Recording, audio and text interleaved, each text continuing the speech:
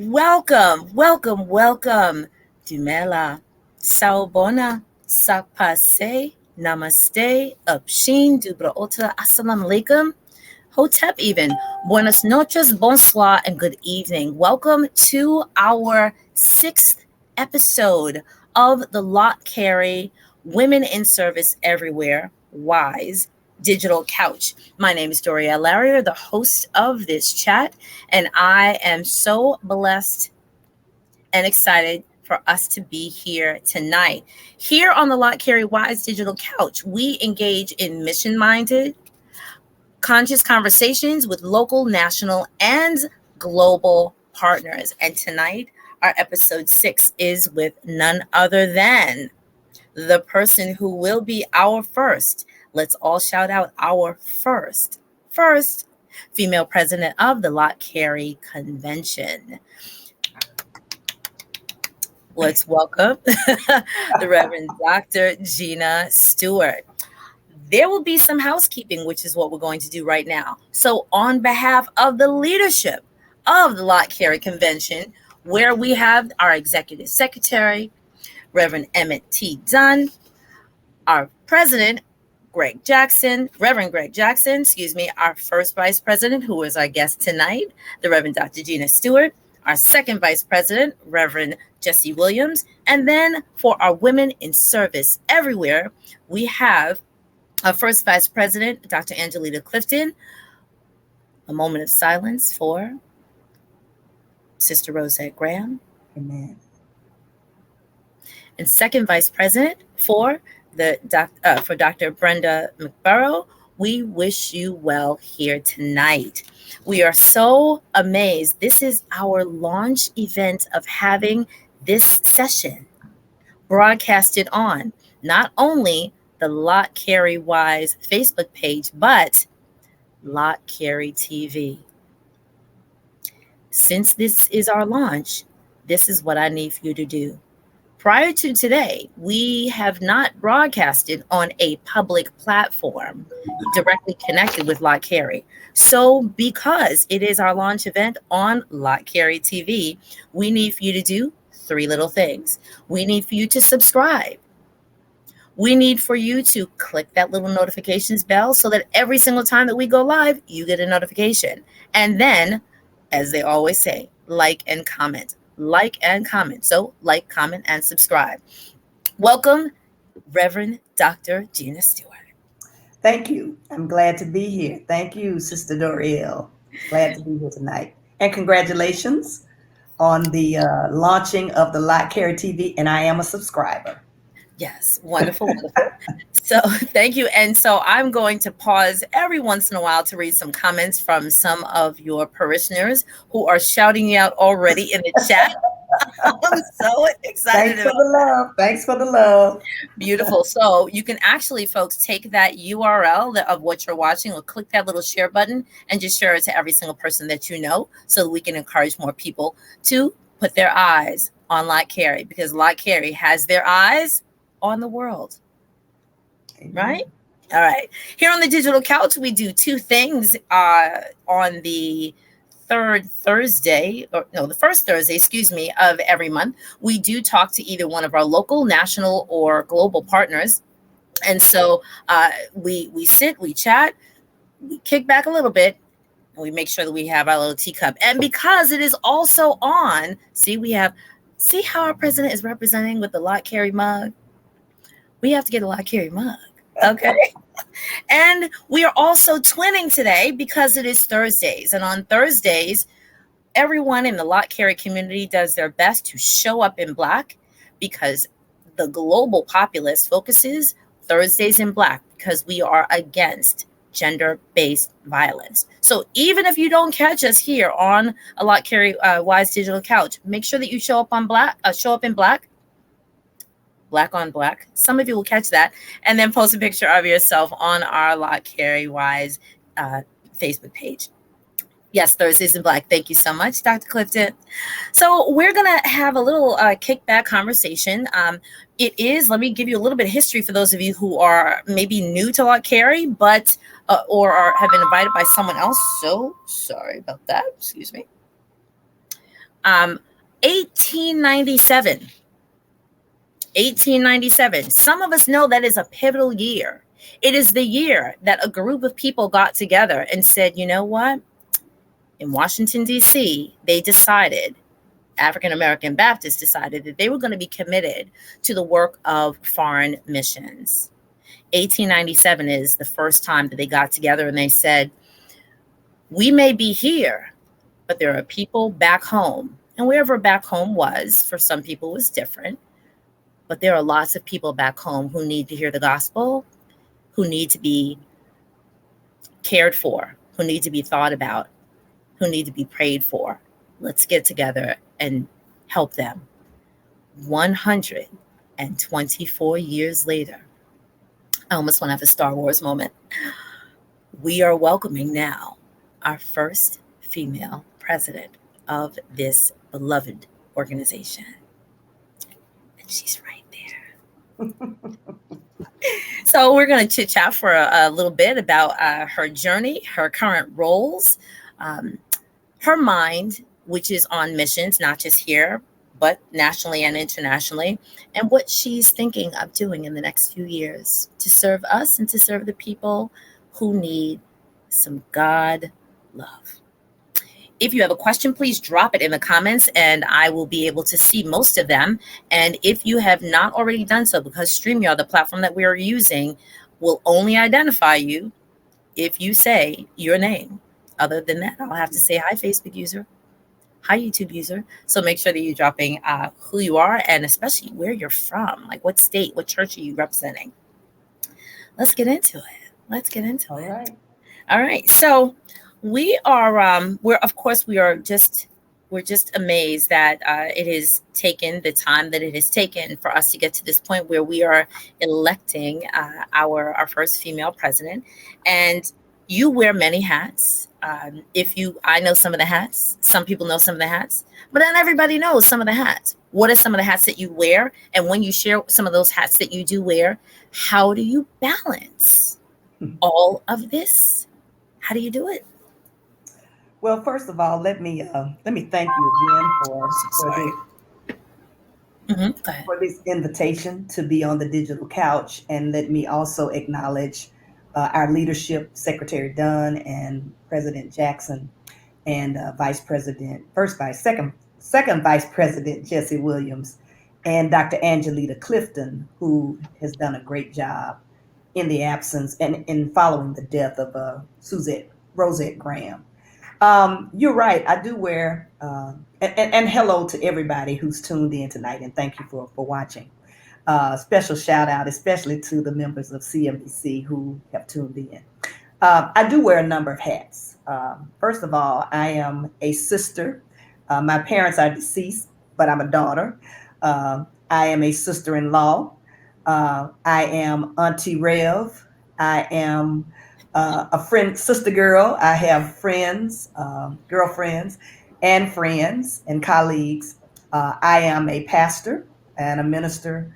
I've served for the last 26 years as the senior pastor of Christ Missionary Baptist Church, which is also the church where I was raised and where I was nurtured and also mentored for ministry.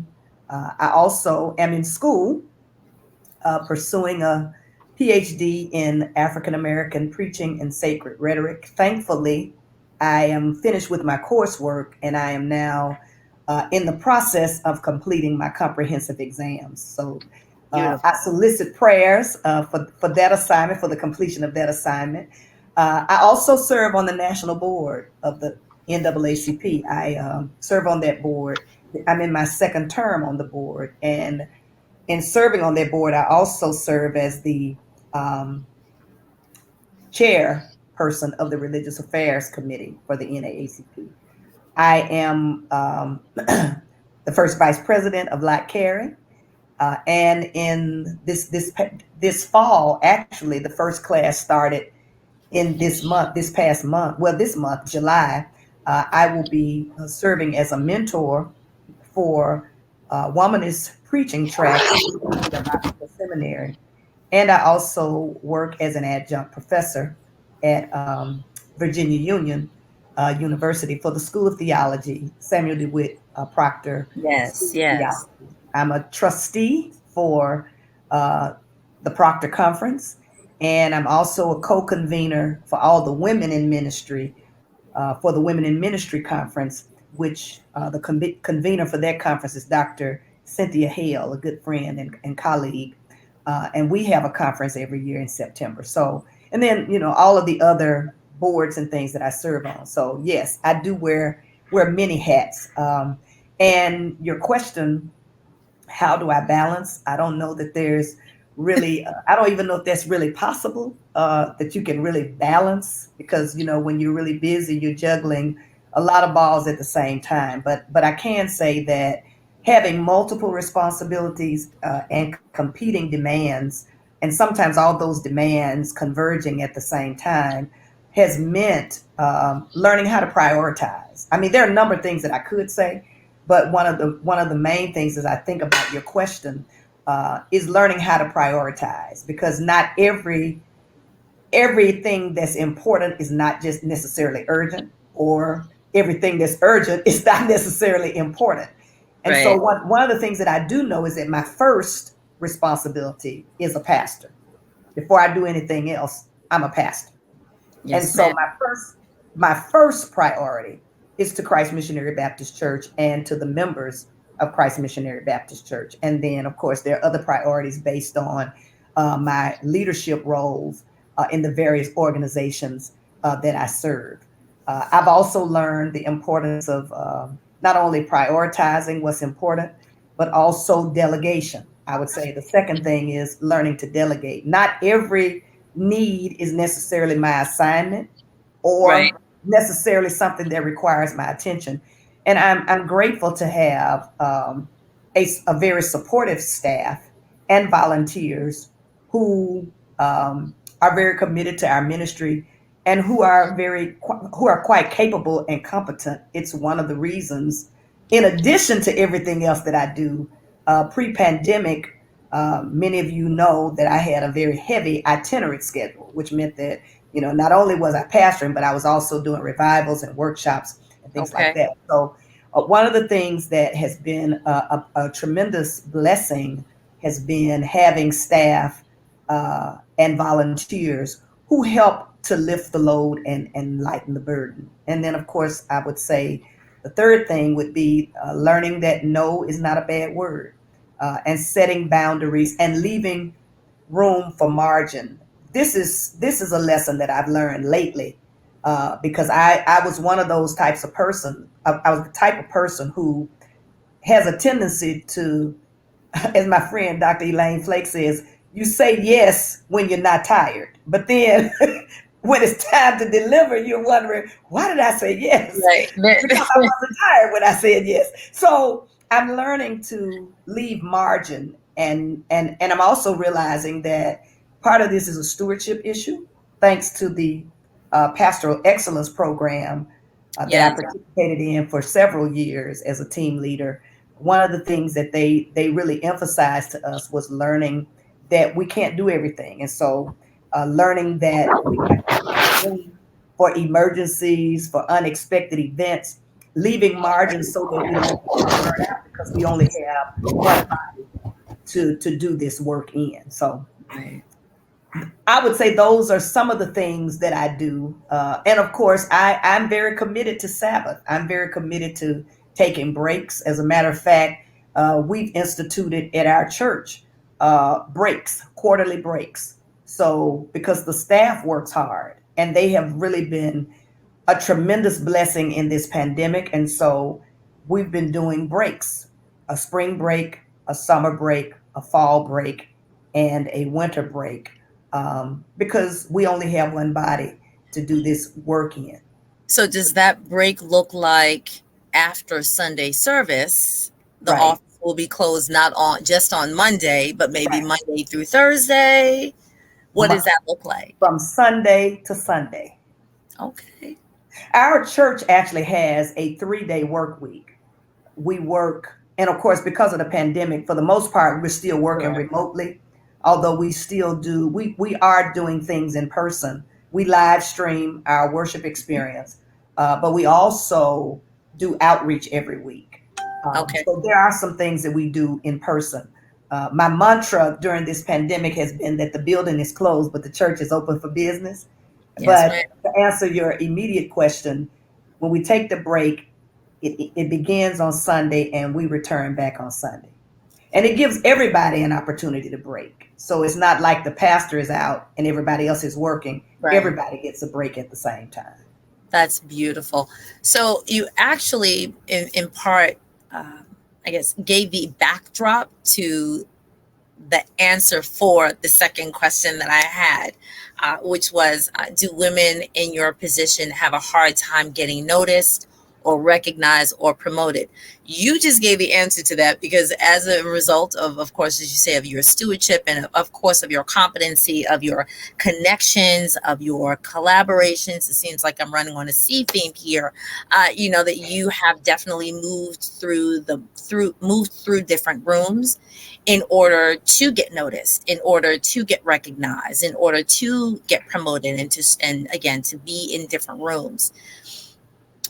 And I'm certain that has to do, of course, with God's hand on you, but also your acumen, also your not just your kindness to others, but your study, your focus, your determination.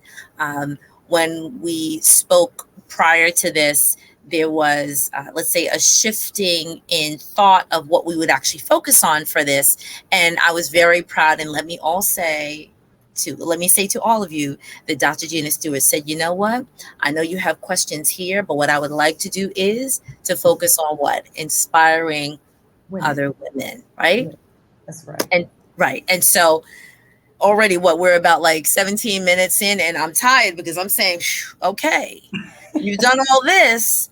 We have a ways to go, women who are listening and the men who love us. Like, she's setting the stage. This is good. So, but do you feel like you have, and this is going to be actually a part of another question. Do you feel that you've had some barriers, or maybe some doors that had windows that you could see through, and someone gave you the little hint about this is how you open that door? Could you share some of that? Because, a lot of us are sitting looking at glass ceilings. We know that there's room at a table, but sometimes they don't let us know where the chair is. Mm-hmm. And sometimes there is no chair. You got to stand, but you're going to stand in the room. So, well, I would first of all say that for women, there are always exceptions. And there are always instances where women do, as they say, crack the glass ceiling. But in a very real sense, that glass ceiling still exists. And because of sexism and patriarchy and misogyny, sexism, which basically induces this notion of inferiority on women based on gender, and patriarchy, which suggests that we live in a world that is dominated and ruled by men, and misogyny, which has to do with just basically the hatred of women, or the dislike or hostility toward women. All of those three things play a role in the barriers that women often encounter, not just in society, but in the church and in society as well. And so those barriers are real. And of course, as I said before, while there are women who have been able to put some cracks in the ceiling, still very challenging for women to move in certain leadership roles. I mean, we could just talk about the church for an example. I've been pastoring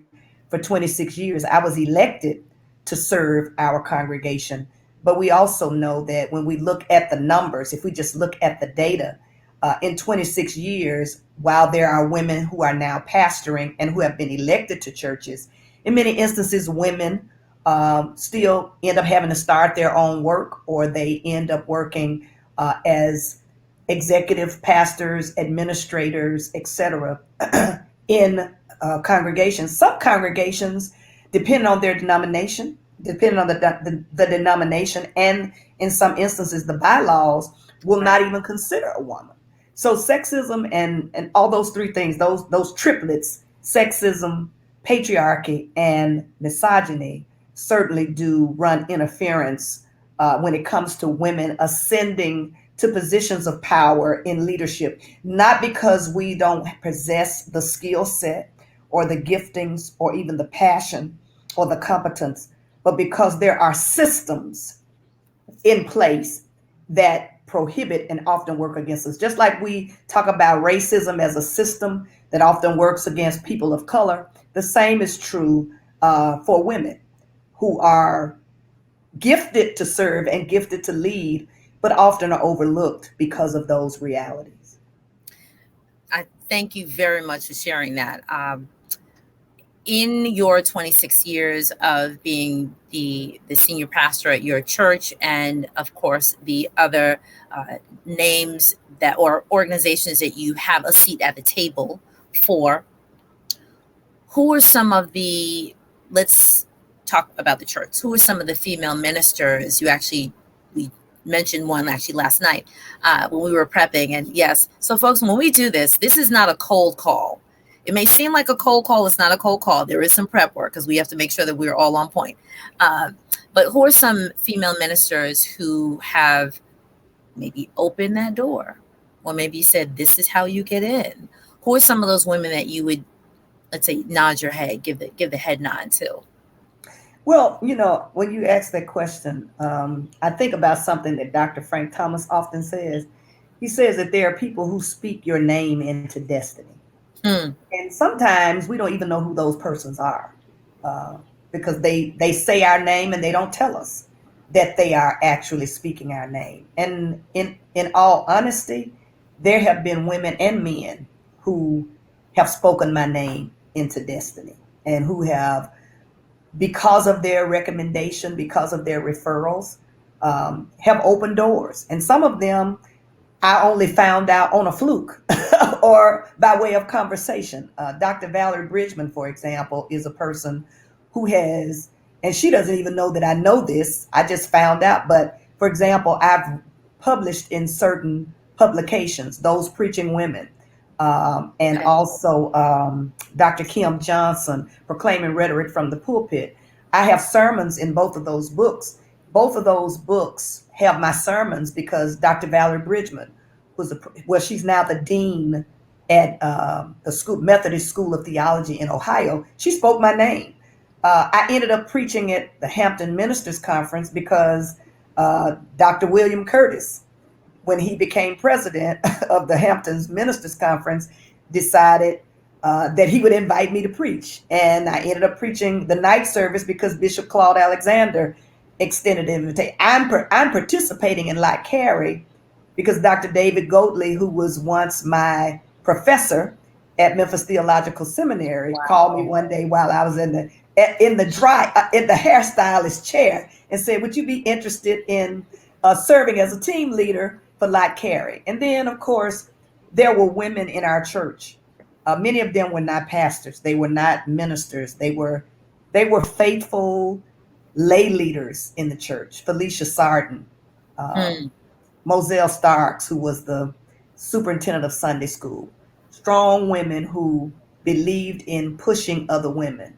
I can remember when Alberta Snell, no, not Alberta Snell, Felicia Sarden said to me, "I think it's about time that you start teaching a Sunday school class." These were the women who saw something in me that I had yet to apprehend myself, but who believed in the gifts and graces that were on my life, and they would advocate for me. Felicia Sarden was the person that after I accepted my call to ministry, stayed on my pastor.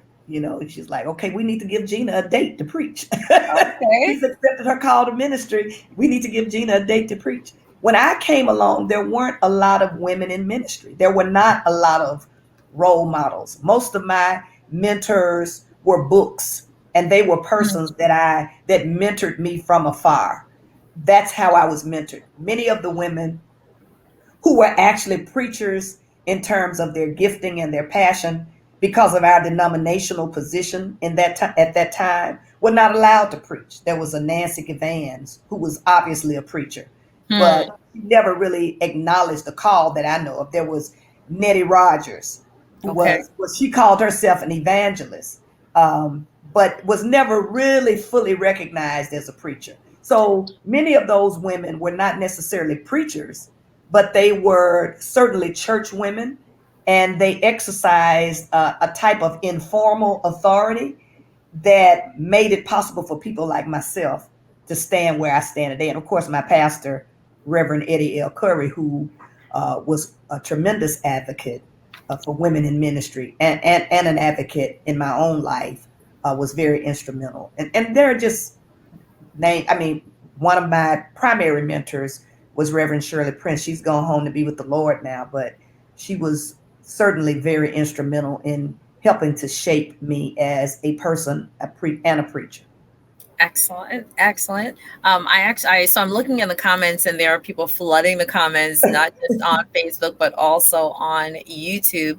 So, and I have to give a special shout out to Sister Jean Greer, who is our first episode. It was Sister Jean Greer and Sister Mary Hall, who are, the champions of Lott Carey. And I hear that they were some of the first people up at what was it, 5 o'clock a.m. prayer call? The prayer call, yeah. I didn't make many of those, I have to tell you. I made a couple, but not many. But I have to give them a shout out. And then I also want to just remind us that we also had Reverend Harewood from Guyana, the superintendent of the Baptist pastors in Guyana. I believe I'm saying this correctly. We had Reverend Namdo in South Africa of Global Teen Challenge. I'm trying to remember correctly. We had Reverend Boissier here as well. And then Reverend Greg Jackson, our president, and now we are living it up here. So I'm just going to take a little station break. Whoever is here on Facebook, I need for you to open up a new tab if you can, and go and follow and subscribe us on YouTube so that we can build up our numbers, because we only had 311. I need to at least see a clear 400 by the time we finish this. Okay, can we do that? Let's do that. Thank you so much for sharing. And so we do have a lot of note takers. I am a firm believer, and I'm doing a little teaching here. When you hear something, just like we do in church, when we hear a good word in the sermon, we may say amen or go on or say that.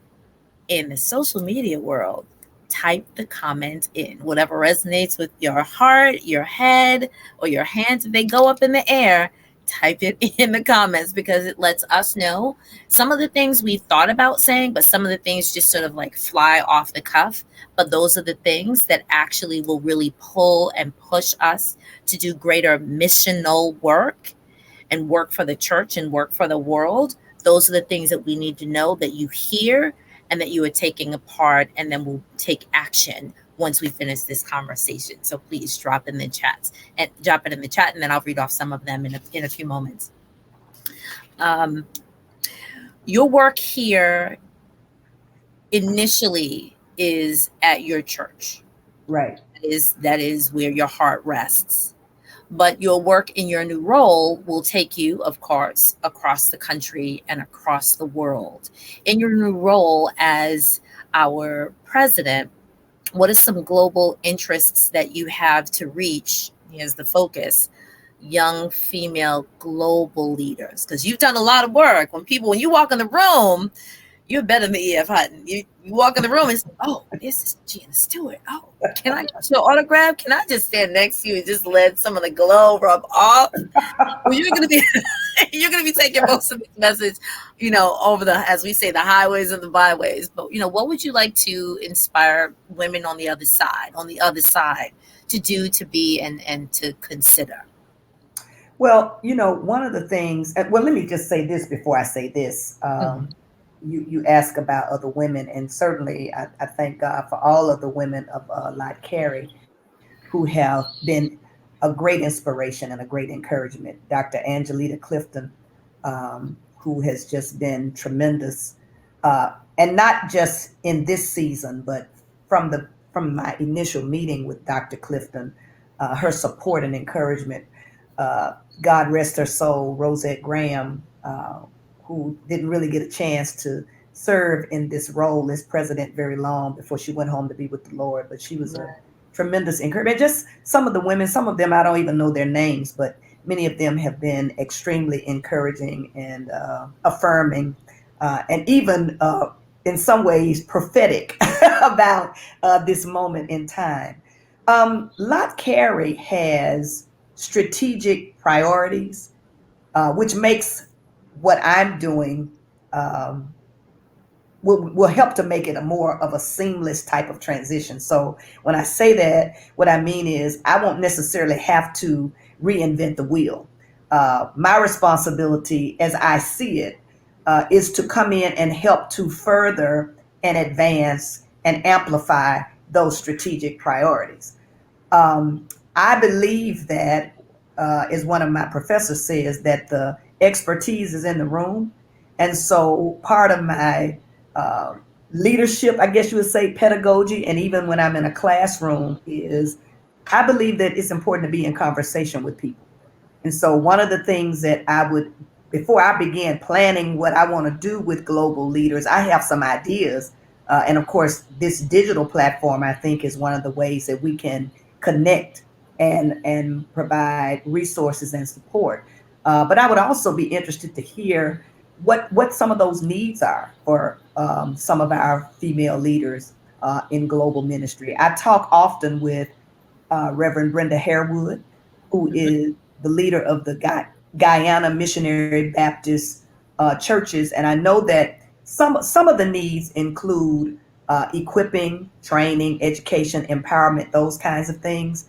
But I would say at this point, because I have not really begun, have not stepped into this role just yet, I'm still attempting to be prayerful and discerning about what that will look like. And I think the easiest way to do it is to plug into these strategic priorities that are already there. Like Carey already has a major commitment and platform to human trafficking.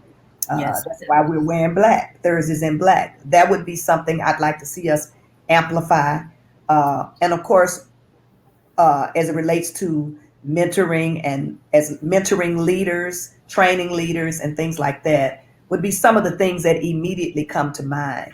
But I would really like to host some type of something like this with leaders, even um, We'll global have, leaders, some we'll, kind of round table. I mean, the sky's the limit to what we can do. But right. I think a lot of it is one thing is important to have conversation first about how we can not just help them, because I'm not necessarily interested in paternalism, but how we can work in solidarity with women and be a blessing in this new assignment. Amen to all of that. And so you already know that you have a great team that we, especially here in Wise, and I'm only going to speak for Wise because I'm a part of Wise. Right. We will continue to be the wind beneath your wings. We will be the Praise ears. God. We can support by being the ears to the ground for you and send information up the ladder to you and your team as they take as you take the stage and take the helm. And so, of course, we just bowl over with this opportunity. We're going to keep the connection about your role, your leadership, and bring it to the foundation of where we all stand, and that's on the Word of God. And so, you've mentioned some people who have been at the helm, who have walked before you. I'd love to know what is maybe your one top scripture that you stand on that gets you out of bed every morning. That whenever someone says, nope, can't come in this room. Nope, you're going to have to wait your turn. Nope, maybe another 12 years. Nope, maybe you have to write your own book because you can't be in mine. What is that scripture that keeps you like that? I would say, I mean, I have a lot of favorite scriptures, but Wait, two, wait, wait, wait, wait. Hold on. Before you say them, okay. whoever hears these scriptures This is note taking, okay? This may be the digital couch, but we got to take notes. Uh, there are a number of scriptures that really keep me grounded and that I tend to return to depending on what I'm dealing with. But I would say the two, actually, there are really more than two, but Philippians 4:13, I can do all things through Christ who infuses me with strength. Romans 8:28, and we know that in all things, God works together for the good of those that love God and those that are the called according to God's purpose. Philippians 1:6, he who has begun a good work in you will bring it to completion until the day of Jesus Christ. Those are the three that I would say to some degree anchor my life. They're not the only ones because in many instances it depends on what the situation is. But those certainly are three that readily come to mind when I think about some of my favorite scriptures. Okay. All right. Thank you very much. And I know people have taken notes because they're popping up in on YouTube and on Facebook. Thank you very much. You will, the people who take notes, your new title is, everyone in church, we have a title, right? What is the line that we have in Lott Carey? Come on, say it with me. Everybody is somebody. And Everybody's somebody. That's the line at our church. everybody is somebody. And so Yeah. when you join the digital couch here at with Wise, you are the stream team. So shout out to my stream team for taking notes. I love that. It makes our work easier. Uh, Many so hands, many hands. I tell my members all the time, many hands make work light.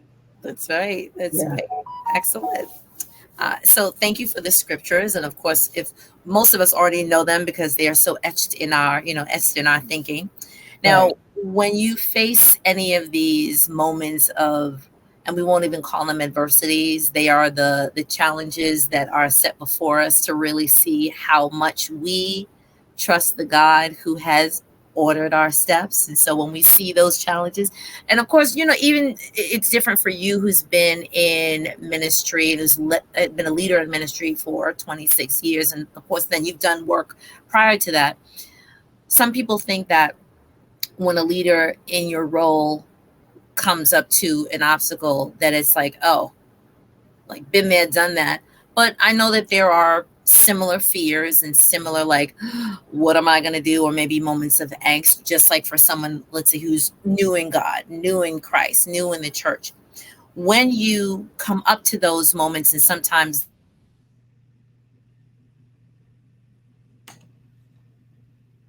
moments, are we there? I think we got disconnected for just a second. Okay. Okay. Can Yeah, you I hear see us me? back. Okay, can you hear me? Yes, ma'am. Okay. Okay, good. We Could you know that. repeat the question? Sure, not a problem. So when we come Okay. upon those moments of where we in our walk we have to take a pregnant pause, where it's like, what am I going to do next? How do you respond to like an experience or a resistance of people who are like, so men usually handle it this way. I don't know if you'll be able to handle that. We constantly have to take care of women, or but you've shown up and you've showed out over these years. But I'm sure that there are still moments that people will kind of, let's say, give the side eye, like,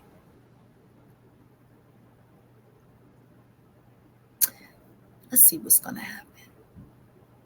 What is your response to that?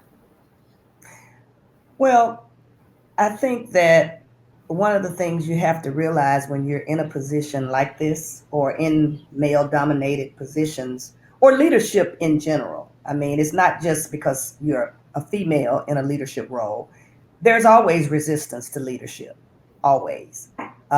Whether you're male or female, I think that women experience um, multiple types of microaggressions, Right. if you will, because of the triplets that I named earlier: sexism, um, misogyny, patriarchy, and tradition. I would even add tradition and biblical literalism, because there are Mm, people who theologically believe that there are women who should not be in certain roles. That's a part right, of their theological belief. It's a part of their embedded theology. right.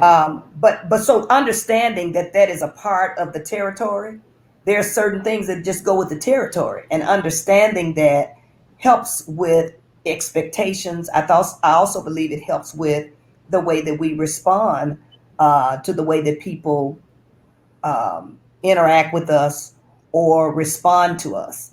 One of my longtime colleagues and friends, who's now deceased, Dr. David Boyle, told me many years ago, don't take it personal. Now, that's not always easy, because people forget you do have feelings. And Right. so sometimes people can be very rude. They can be act very ugly. They can be very disrespectful, and all of those things can be very hurtful. But um, learning to desensitize or depersonalize, I should say, the way that people respond to us, I think is critical, because so much of what we do, we need the energy and the passion and the resolve to keep moving forward. And if we are constantly experiencing the wind, being knocked out of our sails because somebody didn't like us, because somebody talked, you know, down to us, because somebody disrespected us, it will be very, very difficult to maintain momentum. And so I think that one of the things that's important, and I think about this often because it's been a lifelong journey. I mean, trial and error. There are times that I pass that test, sometimes I don't, because some things are more hurtful than others. Mm, But it's very important, if you're going to do your job and be effective, and not allow that to be a distraction, uh, to depersonalize some of those realities. The other thing I think that we have to do in leadership is sometimes we have to challenge things, and we have to open our mouth in ways that are appropriate, and speak up when the situation sometimes calls for it, or when the situation allows for it. And because, I think it was Zora Neale Hurston said that people will, and I'm paraphrasing, they will take your life and think you enjoyed it, or inflict pain and say that you enjoyed it. And so often, not only are women invisible, but we're also silenced. And I think mm, that when we're in roles like this, we do have to challenge those instances from time to time. I'm not talking about just being, you know, um, resistant for no reason, but I think when the opportunity presents itself, and when we're in certain spaces and we sit at certain tables, we do have to challenge um, the ways that people interact with women and with people in leadership. And then, of course, the core value in my life is having a prayer life and having a team of intercessors that pray. I am a person who has a strong commitment to a devotional life, and it's one of the ways that I believe that God has sustained me in these roles, because I do have a commitment to attending the flame that's within. It's a non-negotiable practice in my life.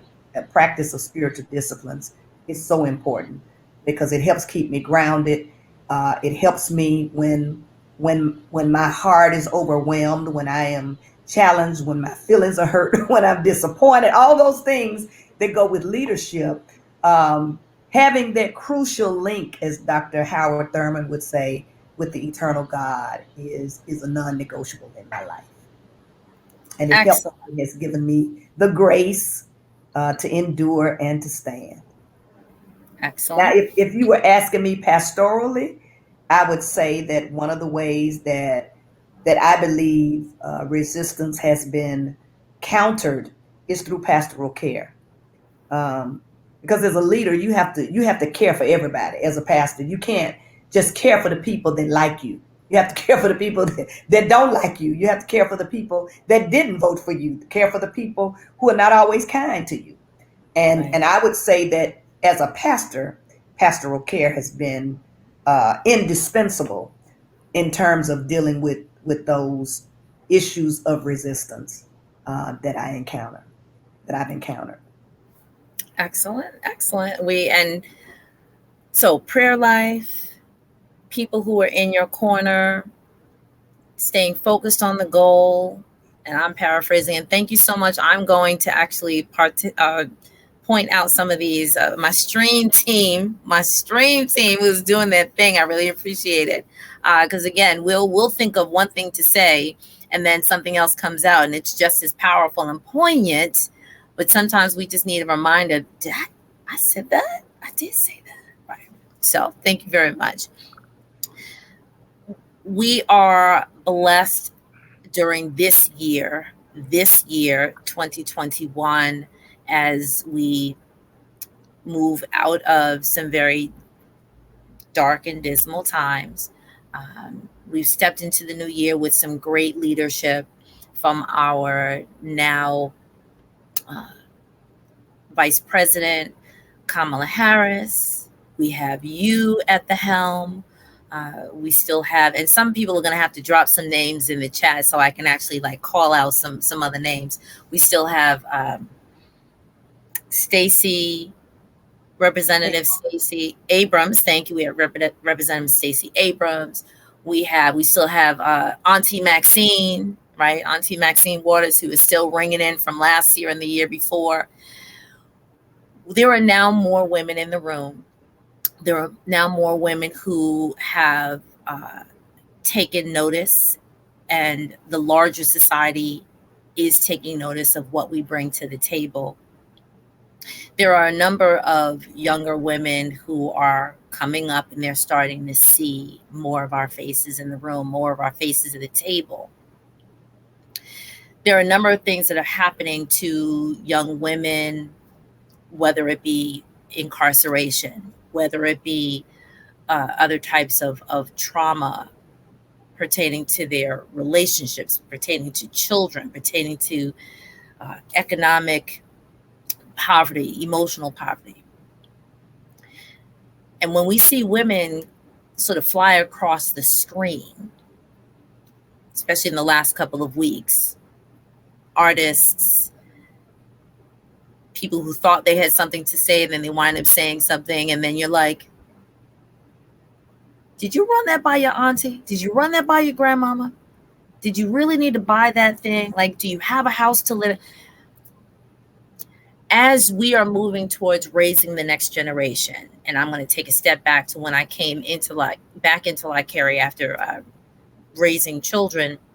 I came back about 10 years ago, and I asked, I think we were in New Orleans. That's when I came back. So this may be in 2011, maybe 2012 or so. And someone said in one of the big rooms, they said, well, the people of, let's say, this generation, would you stand up? And so it was like the elders. And I had remembered some of the people from like 20 years before. I'm like, oh my gosh, that person's still here. Amazing. And then they asked for my age group to stand up. And I stood up, and I was looking around, and I was looking to see who else in the room was of my age group. And as I said to you before, I said there may have been about 20 in the general session. So there must have been about 3,000 people in that room.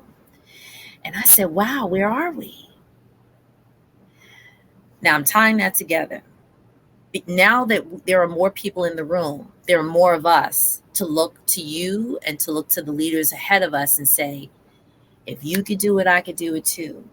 If you could be there, I could be there too. What's maybe one piece of sage advice that you would give to, let's say, my generation and the generation coming up before, to stay on the path?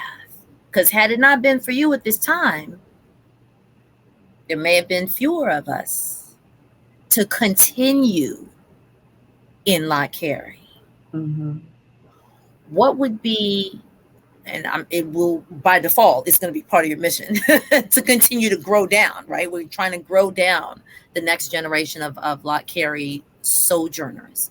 But what would be that like sage wisdom that you would give to us to say, don't get off the train. Come on. Yeah. You know, what Lott Carey is experiencing is not unique. Churches, denominations, organizations, and conventions are all experiencing what I believe is just the natural bell curve that you experience, life cycle Right. that you experience in churches and organizations. You have this beginning, and then you have this growth, and then you have a plateau, and then you have this decline that happens in churches and every other organization. And Lott Carey is not the only organization experiencing that. As you were talking about that, I was reminded of where I was in our congregation 26, maybe 30 years ago, when Mm. our congregation was also going through a decline. And I was struggling, to be honest, about whether or not I would remain at our church or move somewhere else. Because, most of the time we want to be a part of something that's going somewhere. And when it looks like the train is slowing down and the train is not moving, then we're ready to get off or get on another train. And so I had made my decision that I was going to move my membership because I just felt like I had come to the end of my season there at the church. But Mhm. every Sunday that I would get up with a plan to go somewhere else, I never could make it. And so I went to the Lord about it.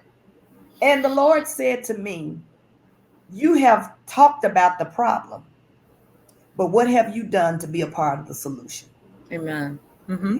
And the Lord instructed me to go back and be a part of the solution. Now, what happened, we didn't start, the growth didn't turn around at night, overnight.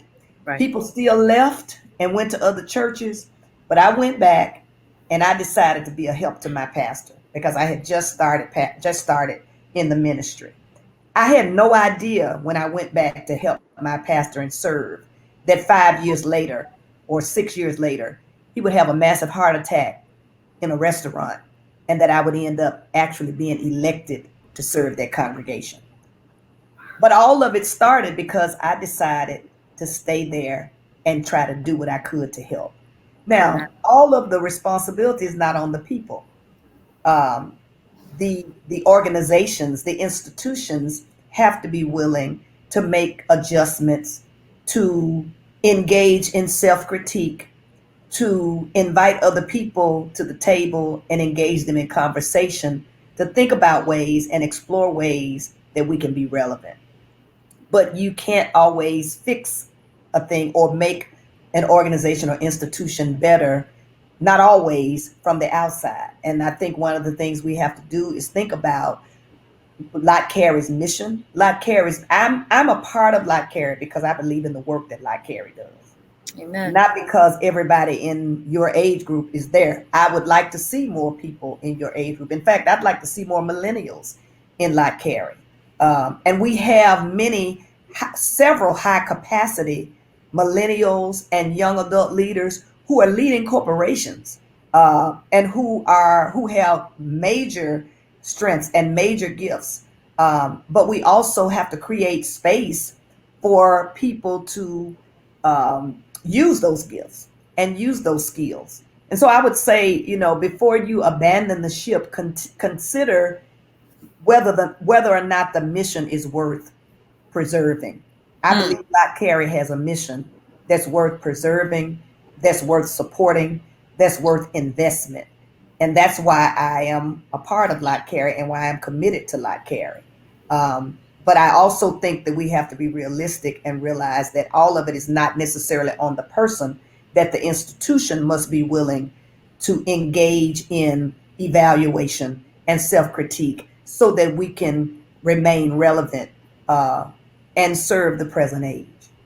Excellent. Excellent. And so that reaching across the aisle has to Right? come from both groups. Yeah. The those who have the strengths, uh, like the time, the talent, and the tithe. Someone type that in. The time, the talent, and the tithe need to reach across to say, hey, we are willing to donate this time, talent, and tithe to the organization. And then the organization has to say, we are ready for something new, different, to strengthen us up, to polish us even more, so that we could shine, be the light in the dark room, not just Right. here, on this continent, but on continents across waters and other political boundaries. And find ways to give people opportunity to do something that gives them a sense of purpose. That doesn't necessarily mean that they have to be in a leadership role. I mean, I say to my members all the time, when people want to help, don't tell them we have enough help. Give them something to do. If it's nothing but folding a piece of paper, these are people who bring energy and Right. passion. You don't want to tell them we don't need your help. And so we also have to be willing to transition with grace. We have to be willing to widen the net, Hmm. and be more inclusive in terms of who we engage and who we allow to help us, particularly people that are committed to the mission and vision. Excellent. Those people who are, if you are a Lott Carey person, then you know what is going to be happening in the next 3 weeks. 3 weeks, about 3 weeks, three About weeks, 3 weeks, 3 weeks from yes. now, 3 weeks Yeah. from now, we will be, as a matter of fact, would that be exactly 3 weeks from now? That we'll be some people will be sitting, In some the people will building. be sitting in the building. Can someone type in the In the building? building. In In the the building. building. Right. So August, let me get my date straight. So August 10th through the 12th, August Right. 10th through the 12th will be the, let's all say it together, the 124th annual session of the Lott Carey Baptist Foreign Mission Convention. There will be some people in a building in Atlanta, Georgia, to stand up, to bring biblical pom poms, if you will, and shouts of adulation for you taking the seat. Those people who are not able to travel, I will be seeing you all online. We'll be seeing you all online at the daily classes. We will be having classes. So make sure that you do sign up at lottcarey.org. Please go and register. All of the churches have been given the information. We're not done with Dr. Stewart. I'm just taking a little commercial break as we wrap up, because I don't want to forget to say it, right? Because we need people, we need people to continue to get this word, right? So, and our theme, as I've done the homework, I believe I have done, is transforming the world through missions. So that is our theme for the year, and we are looking forward to either being in the physical building or being in the digital building. We are very, very, very thankful of those who have kept connected, at least here, the space that I participate in. And that is the Lott Carey Wise Facebook page, and who have been here on the, not just the first Thursdays where we've had our Lott Carey Wise digital couch conversations, and this again is episode 6. So excited! But we've also partnered with the first day of the month, right? The first day of the month, which is our red letter questions from Christ. And we've had amazing moments of meditation the first Thursdays of the month with ministers from around the country who've blessed us. We've also, of course, participated in the 31 days of prayer here in the Lott Carey Wise Facebook group. And Dr. Clifton, if I'm missing anything, I know you were going to drop it in the chat so I can read it off. I'm going to get a final word from Dr. Gina Stewart, and then we're going to close up, and I'm going to give you all what is called a CTA, because I'm not letting you go without giving you something to do. So that'll be my call to action. You guys, we have to wrap this up really well. So Dr. Stewart, would you like to, you actually answered like all of my questions and then some, because one of the questions that I did say, or I did have, is when you began your career many years ago, did you ever imagine that you would be the leader in this convention? You didn't even think you were going to be the leader of that church. Right.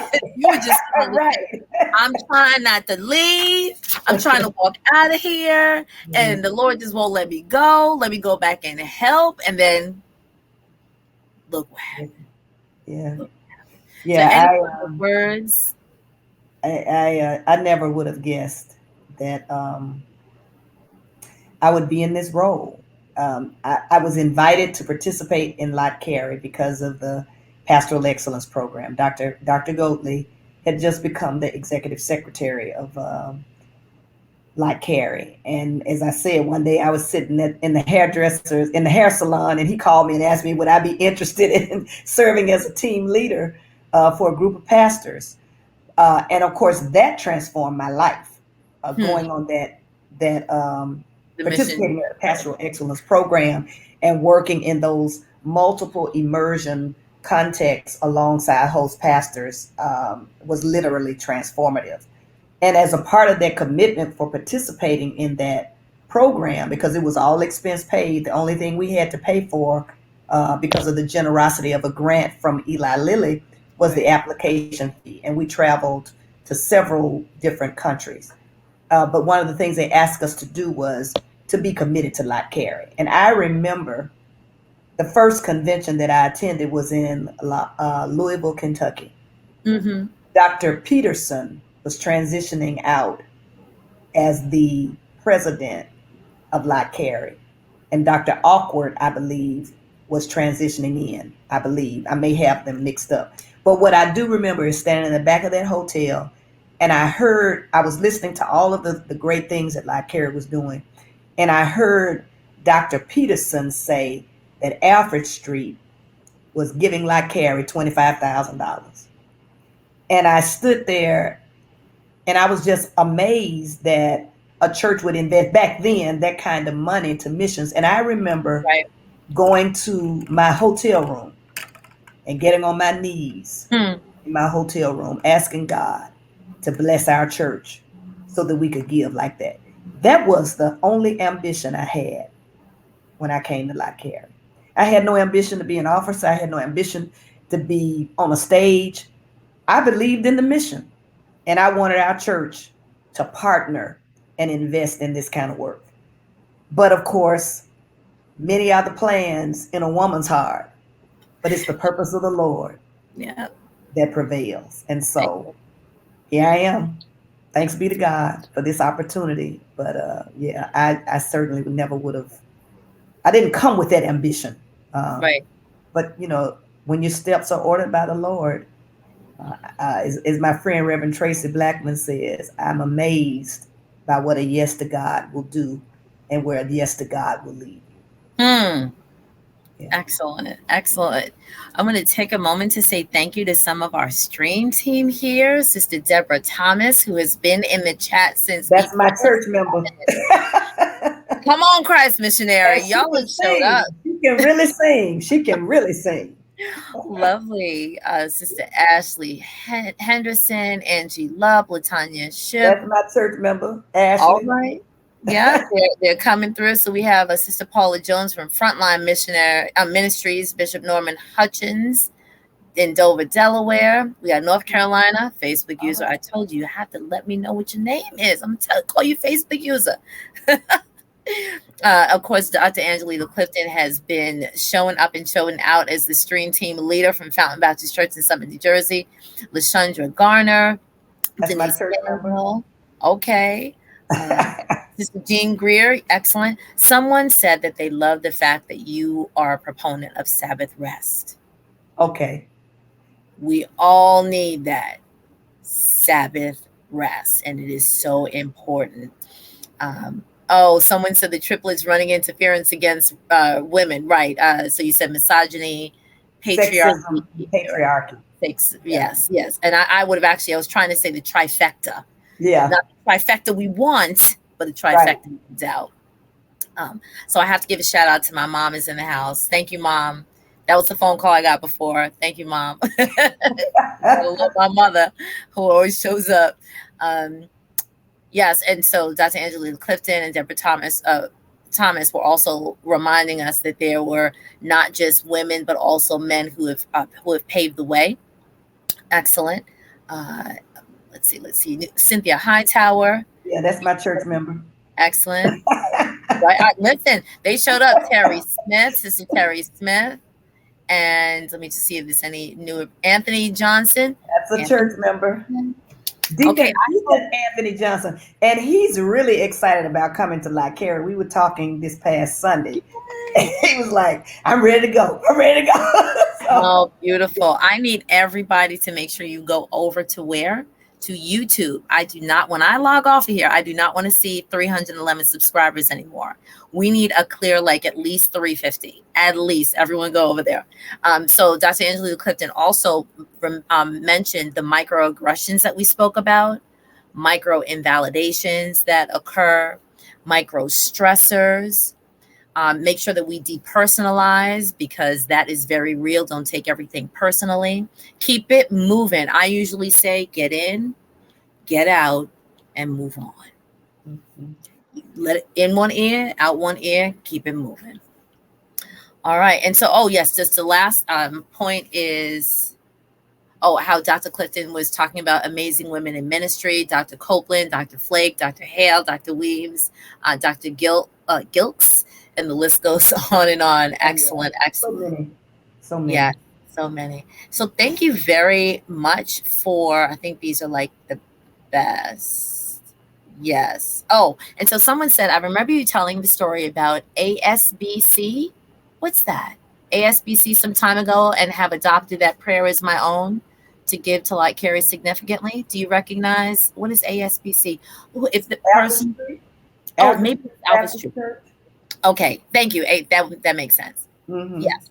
All right. So thank you. So if anyone, if you have any other questions, drop them really quickly. But if not, I want to say thank you, 1,000 thank yous to our own Dr. Gina Stewart, who is not just a part of our Facebook family, but is a part of our Lott Carey family, and she will be the new leader.